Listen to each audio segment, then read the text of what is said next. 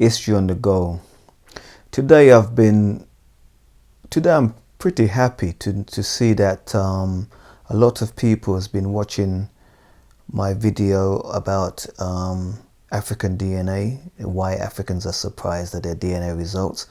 I'm so happy to see the amount of comments on there. I'm really thanking everybody who's contributed to these comments and who's created a discussion.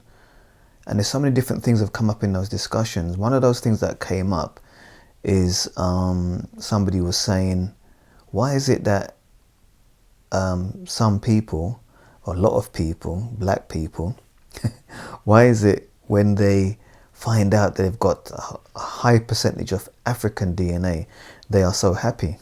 One of the comments I've noticed, somebody asked, is this racist? Is it a racist thing to want to feel happy about your African ancestry? I'll leave that to one side for now.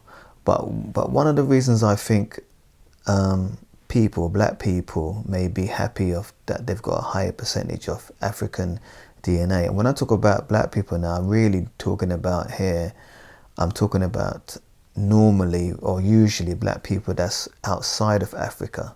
So those that came out of Africa, say a few hundred years ago.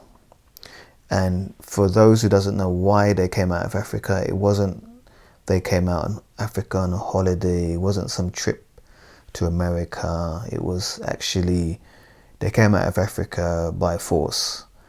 It was by force. Africans from the 16th century to the 19th century was forcibly removed from the continent. They were sold into slavery. Now that's debatable for some people, but for majority of historians, and for not only historians but oral traditions, most Africans, about 90% of them, were sold into slavery, and they ended up in the Americas, which we know as South America, North America, and Central America. So what I'm talking about here, the people that feel happy that they've got a high percentage of African DNA, normally is those people, which I'm included in those people, because my family comes from the Caribbean. I live here in England, but my family comes from St. Vincent, and so my ancestors, I know. Well, to tell you the truth,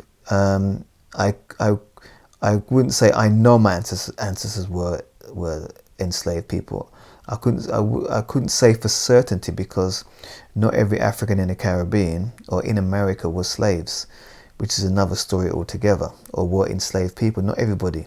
Most of them were, but some of them was free. So some of us may have come from the group that was free. We don't know.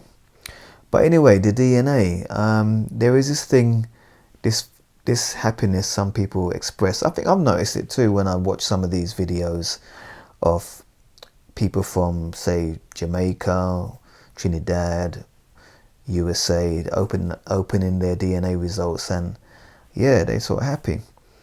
And I think it's to do with the fact that there's a more consciousness in the last few decades of not being ashamed of being African, because there was always this shame about being African.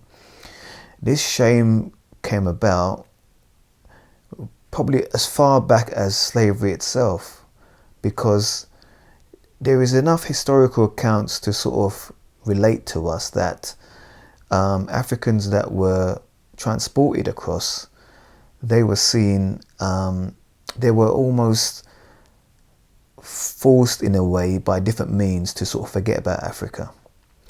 Another thing was,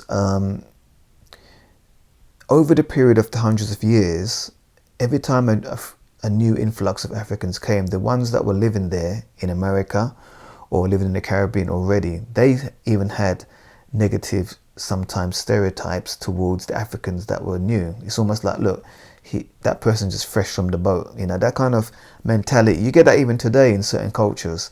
So Africans, it's always been put down by themselves and by outsiders.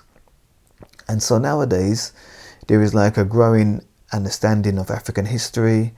There's a growing understanding of what's happening in Africa right now. And so people tend to feel more connected with Africa. For many years, there was we were kind of being told to sort of not be proud of Africa, not be proud of where you come from. You know, slavery actually saved you. You know, there was actually theories and mentalities of things where people used to almost make excuses for slavery by saying, well, slavery actually helped you.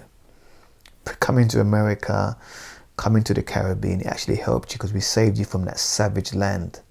And so from a very early time, these seeds have been sown about Africa. And we're now in the modern times, even in my lifetime, growing up here in England, I was born here in England. If I can give you a little backdrop, the actual TV programs, like, I'll give you an example. Well, first of all, let me talk about the documentaries. Documentaries about Africa always showed Africa as if they're looking at, you know, when you go to a zoo and you're observing from a distance, they used to have these programs where they would look at the village and they would be observing the village from a distance. It's almost as if like you're looking at animals.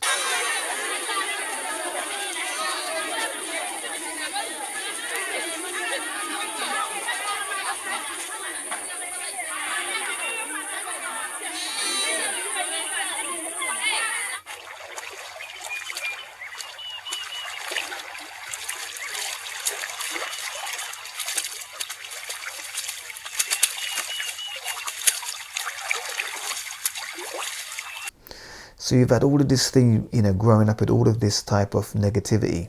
There used to be a program, as we know, called Tarzan. And Tarzan represented something that was, for a young black boy growing up in England, watching Tarzan was so negative because even though we liked watching it, there was things in it that was being put into our subconscious. And things like, why is it this Western man, why is it he has so much control in Africa?